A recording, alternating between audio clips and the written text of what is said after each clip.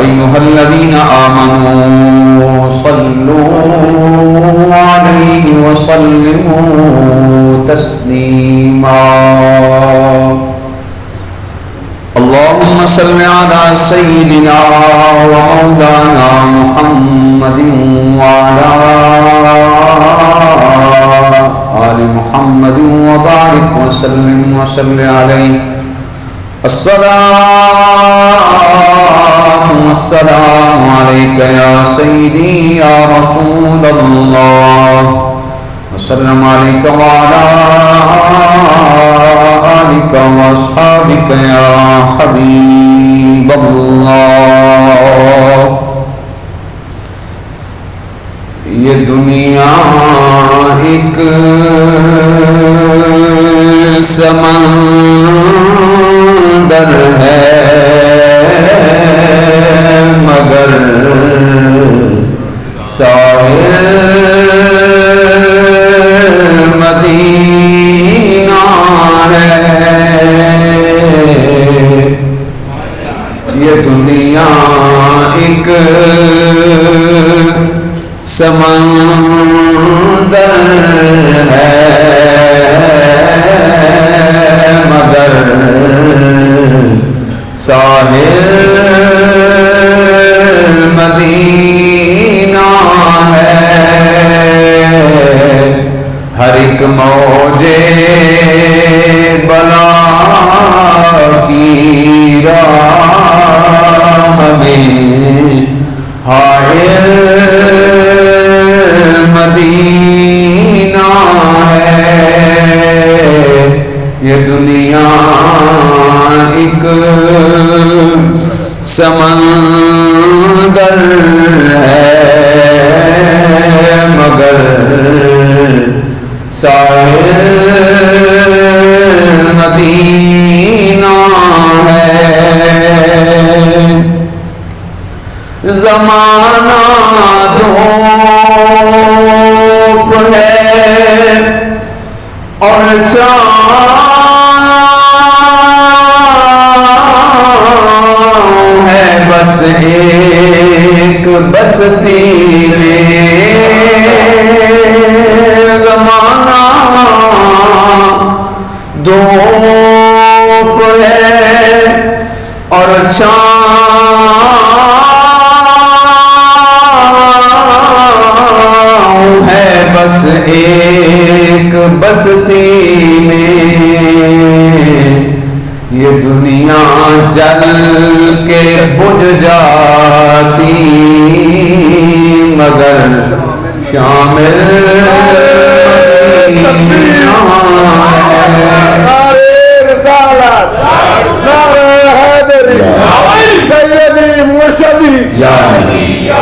یہ دنیا جل کے بجھ جاتی مگر شامل مدینہ ہے شرف مجھ کو بھی حاصل ہے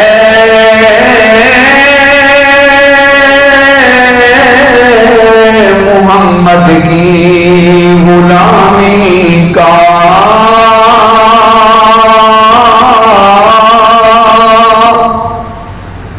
شرف مجھ کو بھی حاصل ہے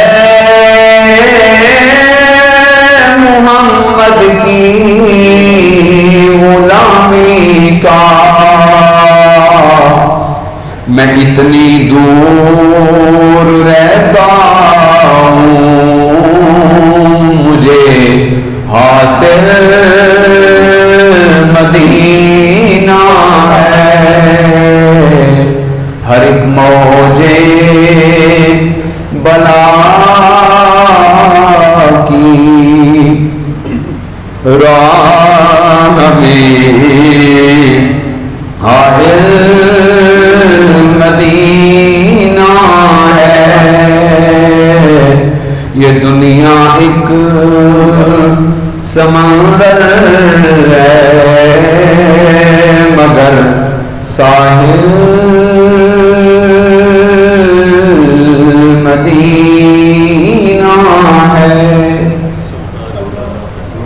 اللہ جل جلالہ وامن والہ واتم برہانہ وعظم شانہ کی حمد و ثنا امام الانبیاء فخر الانبیاء حضور زینت کائنات بزم کائنات والی کائنات محسن انسانیت اسوہ عالمیت احمد مجتبی جناب محمد مصطفیٰ علیہ تحیت و ثنا، آپ کے ارمغان محبت میں ادیات عقیدت پیش کرنے کے بعد نہایت ہی واجب الاحترام معزز و مکرم سامعین و حاضرین، السلام علیکم ورحمۃ اللہ وبرکاتہ۔ میری اور آپ کی بخت فروزی اور خوش نصیبی ہے کہ میں اور آپ اللہ کے گھر میں جمعۃ المبارک کی عظیم ساعتوں میں نماز جمعہ کی ادائیگی کے لیے تشریف فرما ہیں۔ مالک کائنات ہم سب کی حاضری کو اپنی بارگاہ میں قبول فرمائے اور ان لمحات کو ہم سب کے لیے بخشش و مغفرت کا سبب اور سامہ بنائے۔ اللہ تعالیٰ نے اس کائنات عالم میں جب اس کائنات کو خلق کیا تو اللہ تعالیٰ کو دلوں میں جو دل سب سے زیادہ پسند آئے وہ انبیاء کرام علیہ السلام کے دل تھے، اور انبیاء کرام علیہ السلام بھی 1,24,000 ہیں کم و بیش۔ ان میں سب سے اعلیٰ، سب سے افضل مجد اور شرف کے اعتبار سے جو دل تھا وہ میرے اور آپ کے پیارے آقا رحمت کائنات صلی اللہ علیہ وسلم کا قلب منور تھا۔ پھر اللہ پاک نے اپنے محبوب کی سنگت کے لیے، محبوب کی معیت کے لیے، محبوب کی یاری کے لیے، محبوب پاک کی وفاداری کے لیے جن لوگوں کو منتخب فرمایا وہ بھی زمانے بھر میں سب سے ممتاز دل تھے، جو صحابہ کرام رضوان علیہ مجمعین کے قلب منور تھے۔ اور پھر جن لوگوں کے لیے محبوب پاک صلی اللہ علیہ وسلم کی امت کے لیے اللہ پاک نے منتخب فرمایا وہ بھی کوئی عام دل نہیں تھے، بلکہ ان کا ایک پورا پراپر سروے کیا۔ جو دل اللہ کو پسند آئے اللہ تعالیٰ نے ان دلوں کو اپنے محبوب کی امتی لوگوں کا دل بنایا۔ اسی طرح محبوب پاک رحمت کائنات صلی اللہ علیہ وسلم کے اٹھنے کے لیے، آپ کے بیٹھنے کے لیے، آپ کے چلنے اور پھرنے کے لیے، آپ کے خرامہ ناز کرنے کے لیے جو جگہیں اللہ کو پسند آئیں، ان جگہوں میں سب سے جو اعلیٰ عرفہ افضل جگہ ٹھہری وہ محبوب پاک کا شہر منور مدینہ طیبہ ٹھہرا، جو عشاق کرام کے ایمان کا، روحانیت کا، طریقت و شریعت و معرفت و حقیقت کا محور اور مرکز ہے۔ وہ شہر دل نواز اور شہر مقدس جو رشد و ہدایت کا گہوارہ ہے، اس مقدس شہر کو اللہ تعالیٰ نے اپنے محبوب کے مسکن کے لیے، اپنے محبوب کی اماجگاہ کے لیے منتخب فرمایا۔ اس لیے اس شہر نور سے محبت اہل ایمان کے ایمان کا ایک لازمی جزو ہے۔ اہل ایمان کا ایمان اس وقت تک مکمل نہیں ہوتا جب تک اس کے دل میں محبوب پاک کے شہر کی محبت نہ ہو۔ وہ حضور کے غلام کہتے ہیں میں خانہ سہارا دیتا ہے نہ جام سہارا دیتا ہے، ہم کو تو اپنے آقا کا بس نام سہارا دیتا ہے۔ سبحان اللہ۔ عشاق کے سینے حضور کے ذکر سے، حضور کی جگہوں کے ذکر سے، جہاں جن چیزوں کی نسبت حضور سے ہوئی ان کے ذکر سے عشاق کے سینے مچلتے ہیں۔ وہ رحمت، برکت، پیار اور محبت والی سرزمین جس کو محبوب پاک نے پہلے یثرب تھا، محبوب پاک صلی اللہ علیہ وسلم نے آتے ہی فرمائے یقولون یثرب هل یسمون المدینہ، اس سے پہلے لوگ اس کو یثرب کہتے تھے، آج کے بعد میں نے اس کا نام مدینہ رکھ دیا ہے۔ اللہ اکبر، آسمان سے اس شہر منور کے اندر فرشتے اترتے ہیں روزانہ کی بنیاد پر، 70,000 نوریوں کا جلوس صبح اور 70,000 نوریوں کا جلوس شام کو جھرمٹ کی صورت میں، جلوس کی صورت میں محبوب پاک کے روضہ اطہر پہ حاضر ہوتے ہیں، اور وہ ایسے نہیں آتے بلکہ درودوں کے گجرے اور سلاموں کے تحفے سجا کے آتے ہیں، اور حضور کی مرکز انور کا طواف کرتے ہیں اور سارا دن یہیں پہ گزارتے ہیں، اور پھر جس فرشتے کو ایک دفعہ حضور کے روضہ منور کی حاضری نصیب ہو گئی، اس کے لیے یہ معراج ہو گئی، اس کی معراج یہی ہے، فرشتوں کا سفر حج یہی ہے کہ وہ حضور کے روضہ انور کی زیارت کریں، وہ یہاں پہ آتے ہیں اور سلاموں کی ڈالیاں اور درودوں کے تحفے پیش کر کے واپس جاتے ہیں۔ 70,000 فرشتے صبح، 70,000 شام، ایک دفعہ جس کا آنا ہو گیا پھر دوبارہ اس کا آنا مقسوم نہ ٹھہرا۔ یہ ایسا شہر دل نواز ہے، یہ تو خوش بختی اور خوش نصیبی کی انتہا ہے حضور کے غلاموں کی۔ کوئی سال میں 2 دفعہ جا رہا ہوتا ہے، تو کوئی سال میں 3 دفعہ جاتا ہے، تو کوئی سال میں 1 دفعہ جاتا ہے، کوئی 2 سالوں میں، کوئی زندگی میں 1 دفعہ۔ یہ سعادت اسی کے حصے میں آتی ہے جو اس بارگاہ میں مقبول ہوتا ہے۔ بڑے بڑے بزنس مین آپ کو ملیں گے، بڑے بڑے راجے اور مہاراجے ملیں گے، بڑے بڑے آیان سلطنت آپ کو نظر آئیں گے، لیکن پیسہ بھی ساتھ میں ہے، زاد راہ بھی ہے، استطاعت بھی ہے، صحت بھی ہے، سب کچھ ہے، لیکن اس بارگاہ کا شرف حاصل نہیں ہوتا۔ اس بارگاہ کا شرف اسی کو حاصل ہوتا ہے جس کو مالک قبول کر لیتے ہیں۔ اس شہر دل نواز کا جو بلاوا ہے حاضری کے لیے، اسی کو آتا ہے جو اس بارگاہ میں مقبول ہوتا ہے۔ گویا یہ صرف وہ خطہ نور، صرف نوری مخلوق کی آماجگاہ نہیں ہے، چاہے نوری مخلوق ہو یا خاکی مخلوق ہو، دونوں مخلوقات کی محبتوں کا محور اور مرکز مدینہ طیبہ ہے۔ اور وہ جگہ نور علماء کے نزدیک عرش معلی سے بھی افضل اور اعلیٰ ہے، عرش معلی سے بھی افضل اور اعلیٰ ہے۔ جس جگہ پر، جس خطہ نور پر محبوب پاک رحمت کائنات صلی اللہ علیہ وسلم کا وجود مقدس، جہاں حضور علیہ السلام چلتے پھرتے آئے۔ جب حضور مکہ سے ہجرت کر کے مدینہ آئے تو مکہ کے لیے جناب ابراہیم صلی اللہ علیہ السلام نے دعائیں کی، اور مدینہ کے لیے امام الانبیاء رحمت کائنات صلی اللہ علیہ وسلم نے دعائیں کی۔ جب مکہ سے حضور روانہ ہو رہے تھے نا، خانہ کعبہ کی طرف رخ کر کے حضور علیہ السلام نے فرمایا، اے شہر مکہ، تو مجھے بڑا عزیز ہے، میری محبتوں کا محور اور مرکز ہے، میں تجھ سے بڑی محبت کرتا ہوں، تو میرا وطن ہے، تو میری پیدائش گاہ ہے۔ اگر مجھے یہاں سے جانا نہ ہوتا تو میں ادھر ہی رہتا، لیکن جب مکہ کی وادی طوا سے حضور گزرے تو آخری بارڈر نظر آ رہا تھا، تو حضور علیہ السلام نے پھر دعا کے لیے ہاتھ اٹھائے، اے میرے اللہ، میں مکہ سے محبت کرتا تھا، تو نے مجھے مدینہ میں بھیجا، اب میرے لیے مدینہ کو مکہ سے بھی افضل اور اعلیٰ بنا دے۔ جو مکہ کے اندر تو نے برکتیں رکھی ہیں نا، جو رحمتیں تو نے مکہ میں رکھی ہیں، مدینہ کے اندر وہ دوہری ہو جائیں۔ تو ہر میں مکی کے اندر ایک نماز پڑھیں تو 1,00,000 نماز کا ثواب ملتا ہے۔ تو جو عشاق ہیں اور عفار ہیں، جو حضور کے غلام اور حضور کے ساتھ چاہنے اور محبت والے ہیں، وہ اسی حدیث سے استدلال پکڑتے ہوئے کہتے ہیں کہ مکہ میں 1 پڑھیں تو 1,00,000 کا ثواب ہے، حضور نے جو دعائیں کی مدینہ میں 1 پڑھیں تو 2,50,000 کا ثواب ہے۔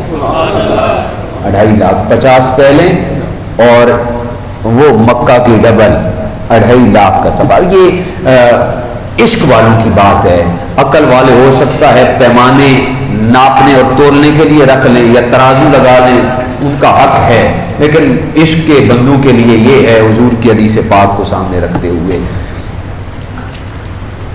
روئے زمین پر کائنات عالم میں اتنی تعریف کسی شہر کی نہیں کہی گئی جتنی تعریف مدینہ طیبہ کی گئی ہے. مدینہ طیبہ زیادہ شرف ہو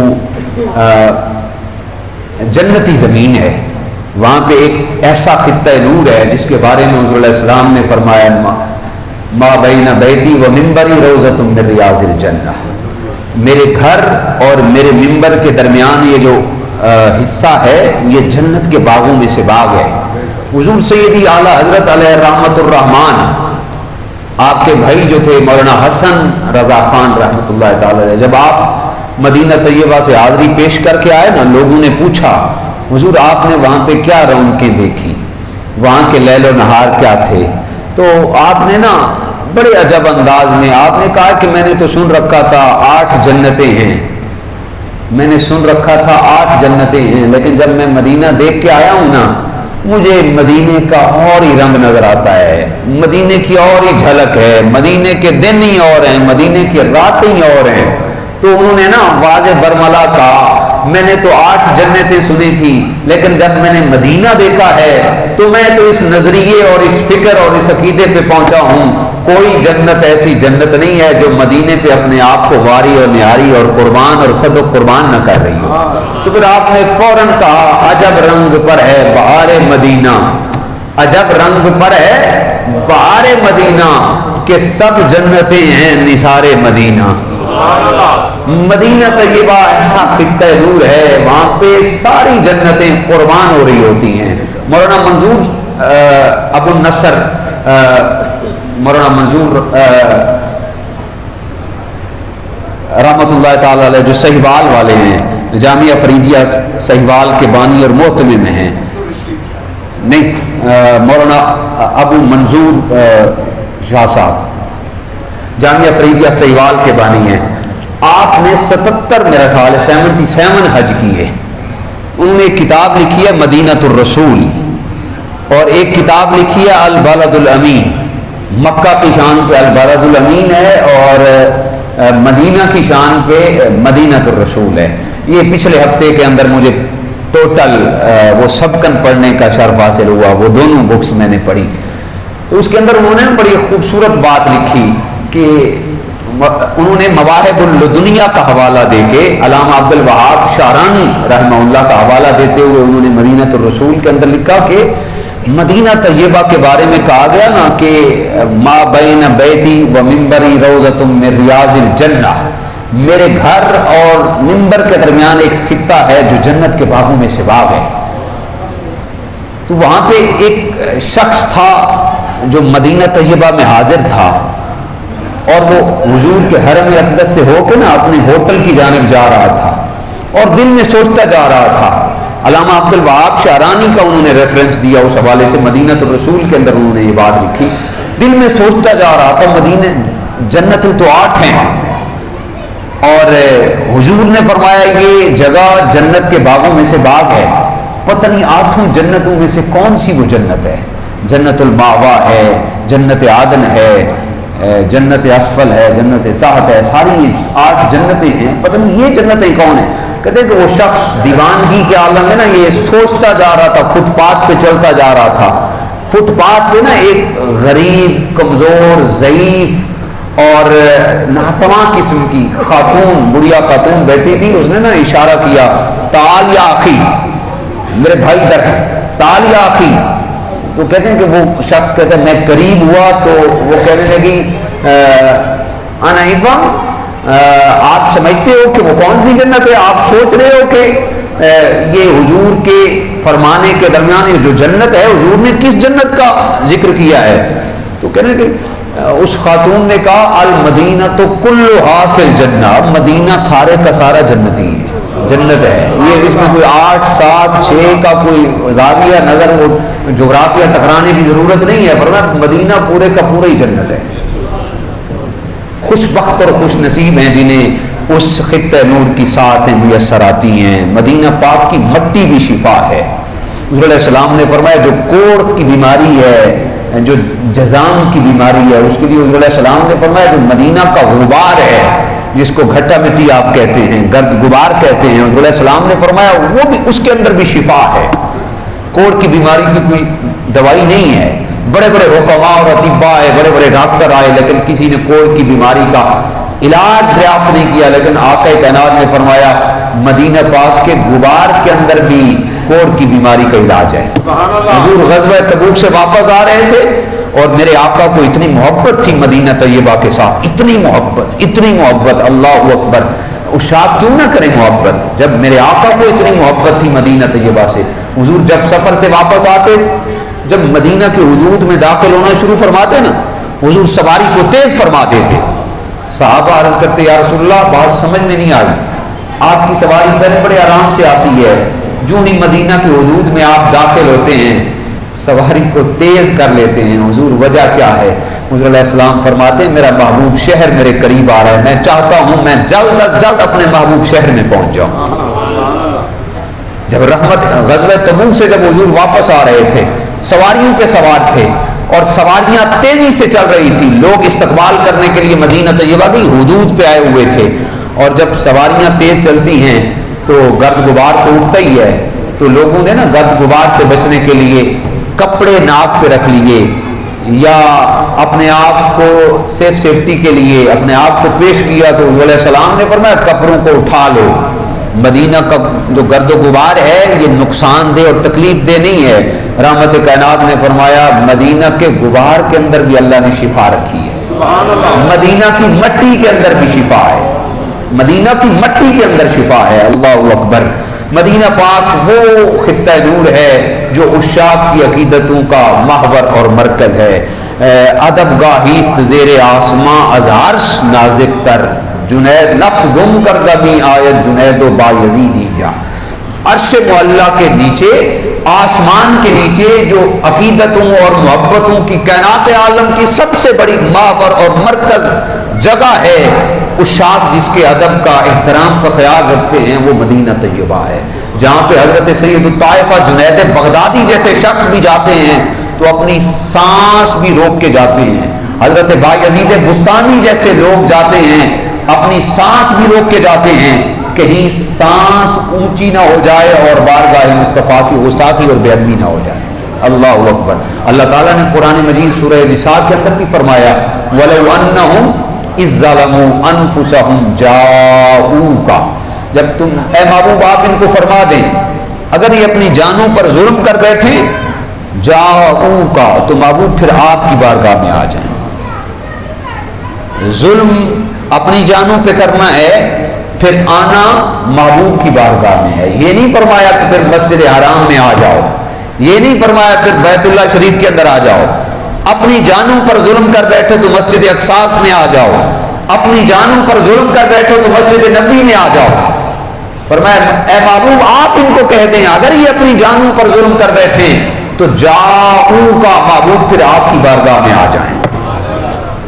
اللہ تعالیٰ نے عابدوں کو اپنے پاس رکھا، زاہدوں کو اپنے پاس رکھا، عبادت گزاروں کو اپنے پاس رکھا، گناہ گاروں کو سیاہ کاروں کو فرمایا محبوب یہ جو گناہ گار ہیں آپ ان کو فرما دیں یہ ادھر ادھر نہ بھٹکتے پھریں بلکہ سیدھا آپ کی بارگاہ میں آ جائیں. آپ کی بارگاہ میں آنا ان کا کام ہے، ان کی بگڑی بنانا رب محمد کا کام ہے. عشاق یہاں پہ بات کرتے ہیں پھر بات سمجھ نہیں آئی. اللہ تعالیٰ عابدوں کو اپنے پاس بلا رہا ہے، گناہ گاروں کو محبوب کی بارگاہ میں بھیج رہا ہے. وجہ کیا ہے؟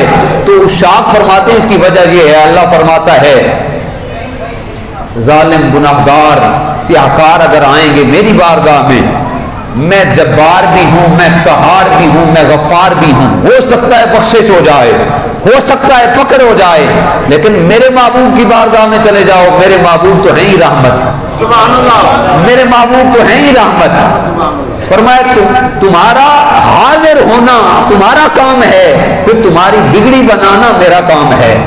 وہی رب ہے جس نے تجھ کو ہماتن کرم بنایا. اعلیٰ حضرت فرماتے ہیں وہی رب ہے جس نے تجھ کو ہماتن کرم بنایا، ہمیں بھیک مانگنے کو تیرا آستاں بتایا. اللہ پاک نے فرمایا اگر اپنی جانوں پہ ظلم کر بیٹھے تو ادھر ادھر بھٹکتے نہ پھرو محبوب کی بارگاہ. اور پھر ساتھ ہی ہمیں حکم دیا کہ محبوب کی بارگاہ میں جانا ہے. اور ساتھ ہی سورۃ الضحیٰ کے اندر اللہ پاک نے فرمایا محبوب کو فرمایا وَأَمَّا السَّائِلَ فَلَا تَنْهَرْ. محبوب اگر یہ ڈرے ڈرائے لوگ ظالم لوگ، سیاہکار لوگ اپنی جان پہ ظلم کر بیٹھے، پھر چھچکتے ہوئے، آنسو بہاتے ہوئے، نادم اور پریشان ہو کر آپ کی بارگاہ میں آ جائے نا، وَأَمَّا السَّائِلَ فَلَا تَنْهَرْ، پھر آپ نے ان کو جھڑکنا نہیں، آپ نے ان کو خالی نہیں بولنا، آپ نے ان کی جھولیاں بھر دینی ہیں، پھر یا ایک ہو یا ساری کائنات آپ کی بارگاہ میں آئیں، آنا ان کا کام ہے، محبوب ان کی جھولی بھر دینا آپ کا کام ہے۔ کیوں محبوب؟ ہم نے آپ کو انا آتیناک الکوثر، ہم نے آپ کو خیر کثیر عطا فرما دی ہے محبوب۔ پھر یہ ساری کائنات کے لوگ آئیں گے، جماعتات ہوں یا نباتات، انسان ہوں یا جنات، ساری کائنات کے لوگ اکٹھے ہو کر آپ کی بارگاہ میں آئیں گے، آپ نے ان کو خالی نہیں بھیجنا، اگر خالی بھیج دیا محبوب پھر توہین آپ کی نہیں ہوگی، توہین مجھ خدا کی ہوگی، کیونکہ اعلان جو میں نے کیا ہے انا آتیناک الکوثر۔ محبوب یہ آئیں گے آپ کی بارگاہ میں، ان کو خالی نہ بھیجنا، اگر خالی بھیج دیا تو توہین آپ کی نہیں ہوگی، توہین میری ہوگی، کیونکہ میں نے جو اعلان کیا ہے وہ علمک ما لم تکن تعلم۔ محبوب اگر آپ کی بارگاہ میں آ جائیں خالی نہ بھیجنا، اگر خالی بھیج دیا توہین آپ کی نہیں میری ہوگی، کیونکہ میرا اعلان ہے الرحمن علم القرآن، میرا اعلان ہے قد جاءکم من اللہ نور و کتاب مبین۔ محبوب اعلان تو میرا ہے انا ارسلناک شاہدا و مبشرا و نذیرا۔ محبوب یہ آپ کی بارگاہ میں آئیں گے آپ اتنا عطا کریں، اتنا عطا کریں، میرے کریم سے گر قطرہ کسی نے مانگا، دریا بہا دیے ہیں، دربے بہا دیے ہیں۔ محبوب اتنا پھر عطا کرتے ہیں، اتنا عطا کرتے ہیں، بندے کو دامن اپنا کم پڑ جاتا ہے بندے کا۔ عدی بن حاتم مدینہ طیبہ کی گلیوں کے اندر اعلان کر رہا تھا، حاتم طئی کا بیٹا اپنے باپ کی سخاوت کے قصے بیان کر رہا تھا، قریب سے جناب امام علی مقام امام حسین گزرے، وہ کہہ رہا تھا میرا باپ بڑا سخی ہے، بڑا سخی ہے، بڑا سخی ہے، اگر میرے باپ کے ایک دروازے پہ کوئی آتا تو میرا باپ اسے عطا کرتا، میرے باپ کے 10 دروازے تھے، ایک پہ آتا تو میرا باپ دے دیتا، وہی بندہ پھر وہ اپنا سامان سیٹ پہ رکھ کے دوسرے دروازے پہ آ جاتا، میرا باپ پھر بھی عطا کر دیتا، وہی سامان رکھ کے وہی بندہ تیسرے دروازے پہ آ جاتا، میرا باپ پھر بھی عطا فرما دیتا، چوتھے پہ آتا، حتیٰ کہ عدی بن حاتم مدینہ کی گلیوں کے اندر یہ اعلان کر رہا تھا شہر حضور کا، اور عدی بن حاتم اپنے باپ حاتم طئی کے قصے سنا رہے سخاوت کے، میرے باپ کے 10 دروازے تھے، اگر ایک ہی بندہ 10 دروازوں سے بھی گزر کے آتا، میرا باپ اتنا سخی تھا، واپس نہیں بھیجتا تھا بلکہ اسے عطا فرما دیتا تھا۔ امام علی مقام امام حسین گزرے، آپ نے فرمایا یہ تو پھر تمہارے باپ کی سخاوت کا نقص بیان ہو رہا ہے، اس میں شان تو بیان نہیں ہو رہی، یہ تو نقص بیان ہو رہا ہے۔ اس نے کہا وہ کیسے؟ آپ نے فرمایا نقص یہ ہے 10 دروازے تھے، اس کا دامن پھر بھی پورا نہ ہوتا، ایک سے پورا نہ ہوتا تو تب ہی دوسرے پہ جاتا، دوسرے پہ دامن پورا نہ ہوتا تب تیسرے پہ جاتا، حتیٰ کہ 10 دروازے گزر جاتے، دامن پورا نہ ہوتا۔ اس نے عرض کی آقا حسین پھر آپ ہی بتائیں سخاوت کی شان اور مقام کیا ہے؟ آپ نے فرمایا اگر سننا چاہتا ہے تو سن، سخاوت کی شان اور مقام یہ ہے میرے نانا جان کا ایک دروازہ ہے، میرے نانا جان کا ایک دروازہ ہے، اور میرے نانے کے ایک دروازے پہ جب بندہ آتا ہے میرے نانا اتنا عطا کرتے ہیں، اتنا عطا کرتے ہیں، وہ سائل اپنا دامن کمی دامن کا نقصان حاجت پیش کر کے عرض کرتا ہے آقا مجھے اٹھانے میں غلطی ہو سکتی ہے، مجھے اٹھانے میں تاخیر ہو سکتی ہے، آقا آپ تو اتنا عطا کرتے ہیں، تیز رفتار کی آندھی بھی اتنی نہیں چلتی جتنی مصطفیٰ کی سخاوت تیز چلتی ہے، اتنی سخاوت حضور کی تیز چلتی ہے۔ میرے کریم سے گر قطرہ کسی نے مانگا، دریا بہا دیے ہیں، دربے جانا ہمارا کام ہے، مانگنا ہمارا، اچھا جانے کا طریقہ بھی ہونا چاہیے، مانگنے کا پھر طریقہ بھی ہونا چاہیے۔ یہ جو مانگنے والے ہوتے ہیں گلی میں اشاروں پہ روڈ پہ کھڑے ہوتے ہیں، ان کو کبھی آپ نے مانگتے دیکھا ہے؟ بڑے طریقے سے مانگتے ہیں، ایسے نہیں کہتے بھائی صاحب دے دو بس، نہیں، پہلے وہ تعریف کرتے ہیں، گر اپناتے ہیں، اس کے بعد پھر مانگتے ہیں، پھر بندہ خود مجبور ہو جاتا ہے، مانگ اس درد سے رہا ہے، بندہ دے دے کچھ نہ کچھ۔ اللہ اکبر، جس کو حضور کے در سے مانگنے کا طریقہ آ گیا نا، پھر کائنات میں وہ کسی کمی کا شکار نہ رہا، کائنات میں وہ کسی نقص کا شکار نہ رہا. اللہ نے اتنا عطا کیا مصطفیٰ کے صدقے سے، اتنا عطا کیا، اتنا عطا کیا. اب وہ زمانے کو بانٹ رہا ہے، قیامت تک بانٹ رہا ہے، اس کا پھر بھی ختم نہیں ہوتا. اندازہ کریں فیض عالم داتا گنج بخش علی حجویری، سفر کا مہینہ چل رہا ہے، 18 19 20 سفر کو آپ کا عرس ہے. آپ کی جو خیرات ہے وہ کس انداز میں بٹ رہی ہے، اندازہ کریں. حضور کا جو فیض ہے وہ کس انداز میں بٹ رہا ہے. 977 سال گزر گئے لیکن ابھی بھی وہ خزانے خالی نہیں ہوئے، خزانے بھرے کے بھرے ہیں، خزانے بھرے کے بھرے ہیں. اللہ اکبر. اور پھر لوگوں نے یہ تہیا کر رکھا ہے، کچھ لوگوں کو سنا ہے کہتے ہیں کہ یہ جو آیت تھی کہ حضور کی بارگاہ پھر آپ کی بارگاہ میں آ جائیں، یہ اس وقت تک تھی جب تک آپ حیات تھے. آپ چلے گئے تو اس کے بعد نعوذ باللہ معاذ اللہ اب اس آیت کا حکم بھی ختم ہو گیا. نہیں، تفسیر قرطبی دیکھیں، ابن کثیر دیکھیں، دیگر محدثین نے اس کتاب لکھا اس آیت پہ قیامت تک عمل ہو رہا ہے. صحابہ نے عمل کیا، تابعین نے عمل کیا، تبع تابعین نے عمل کیا. ساری کائنات کے غوث ابدال اولیاء و امداد و اقطاب و کتب و ابدال ساری کائنات کے لوگ عمل کر رہے ہیں. اور حضور کی ظاہری حیات میں جس طرح عمل ہوتا تھا آج بھی اور قیامت تک بھی اس آیت پہ ویسے عمل ہوتا ہے. ابن کثیر نے اسی آیت کے تحت، امام قرطبی نے اسی آیت کے تحت لکھا حضور رحمت کائنات کے وصال کو 3 دن ہو گئے تھے. حضرت علی المرتضیٰ کرم اللہ وجہ الکریم روایت کرتے ہیں 3 دن ہو گئے تھے میرے آقا کے وصال کو. ایک عرابی آیا، اس نے کہا میں نے محمد مصطفیٰ سے ملنا ہے، میں نے امام الانبیاء سے ملنا ہے. بتایا گیا کہ امام الانبیاء کا تو 3 دن پہلے وصال ہو گیا ہے. اتنا رویا زار و قطار رویا حتیٰ کہ رحمت کائنات کی قبر منور کے ساتھ لپٹ گیا، آپ کی مرکز کے ساتھ لپٹ گیا، حتیٰ کہ مرکز انور کی خاک اٹھا کر اپنے سر میں ڈالنے لگا اور عرض کرنے لگا اے پیارے آقا، اللہ نے آپ کی شان میں قرآن کے اندر بیان کیا ہے وَلَوْ أَنَّهُمْ إِذْ ظَلَمُوا أَنفُسَهُمْ جَاءُوكَ، اگر یہ اپنی جانوں پر ظلم کر بیٹھے، پھر آپ نے اعلان کیا ہے میں اپنی جان پہ ظلم کر بیٹھا ہوں، آپ کی دربار میں آپ کی بارگاہ میں آ گیا ہوں، آپ تو ظاہر حیات میں رہے نہیں، اب میں جاؤں تو جاؤں کہاں جاؤں. نہ امید ہو کر، مایوس ہو کر، رو کر حضرت علی کہتے ہیں واپس جانے لگا. قریب رحمت کائنات کے ایک صحابی سوئے ہوئے تھے، حضور خواب میں تشریف فرما ہوئے. ابن کثیر نے اس آیت کے تحت، امام قرطبی نے اسی آیت کے تحت یہ واقعہ لکھا. حضرت علی راوی ہیں، حضور کی زیارت ہوئی، حضور علیہ السلام نے فرمایا اے میرے صحابی، یہ جو نوجوان میری دہلیز سے مایوس اور نا امید ہو کر جا رہا ہے، جا کر اس کو یہ تسلی دے دے غفرت لکا. اے میرے محبوب، اے میرے صحابی، اے میرے تابعی، اے محبوب کے جاننے والے، اللہ تعالیٰ نے تمہاری بخشش و مغفرت فرما دی ہے، جا کر اس کو اعلان کر دے میں مصطفیٰ جس طرح اپنی ظاہری حیات میں امت کے لیے فیض کے خزانے لٹاتا تھا، اپنی حیات کے بعد بھی امت پر فیض کے خزانے لٹاتا رہوں گا، فیض کے خزانے لٹاتا رہوں گا. حضرت ابو بکر بن قطع بھی کہتے ہیں مجھے بھوک لگی ہوئی تھی، 7 دن ہوئے تو میں نے کھانا نہیں کھایا تھا، حضور کے روضے پہ بھوک کے عالم میں حاضر ہوا، عرض کی حضور میں آپ کا مہمان ہوں، انا ضیفوں کا، آپ میری مہمان نوازی فرمائیں. بھوک کی شدت میں ایسے پلر کے ساتھ میں سر لگا کے سویا تو خواب میں نے کیا دیکھا، رحمت کائنات تشریف فرما ہو رہے ہیں، دائیں جناب ابو بکر ہیں، بائیں جناب عمر ہیں، سامنے جناب مولا مرتضیٰ ہیں، اور حضرت علی اعلان فرما رہے ہیں اٹھ جاؤ اور استقبال کے لیے کھڑے جاؤ، حضور علیہ السلام کی تشریف آوری ہونے والی ہے.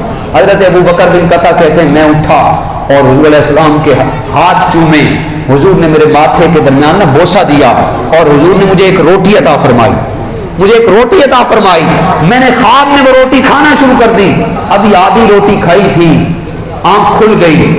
وہ کہتے ہیں کہ اللہ کی عزت کی قسم، امام سخاوی نے القول البدیع کے اندر اس واقعہ کو لکھا، جب میں بیدار ہوا تو اٹھا دیکھا پیٹ بھی بھرا ہوا تھا اور آدھی روٹی میرے ہاتھ میں موجود تھی، آدھی روٹی میرے ہاتھ میں موجود تھی. تو رحمت کائنات کی دہلیز پہ جس طرح آپ کی دہلیز پہ حیات مبارکہ کے اندر آپ عطا فرماتے تھے، حیات مبارکہ ظاہری حیات کے بعد بھی حضور علیہ السلام عطا فرماتے ہیں.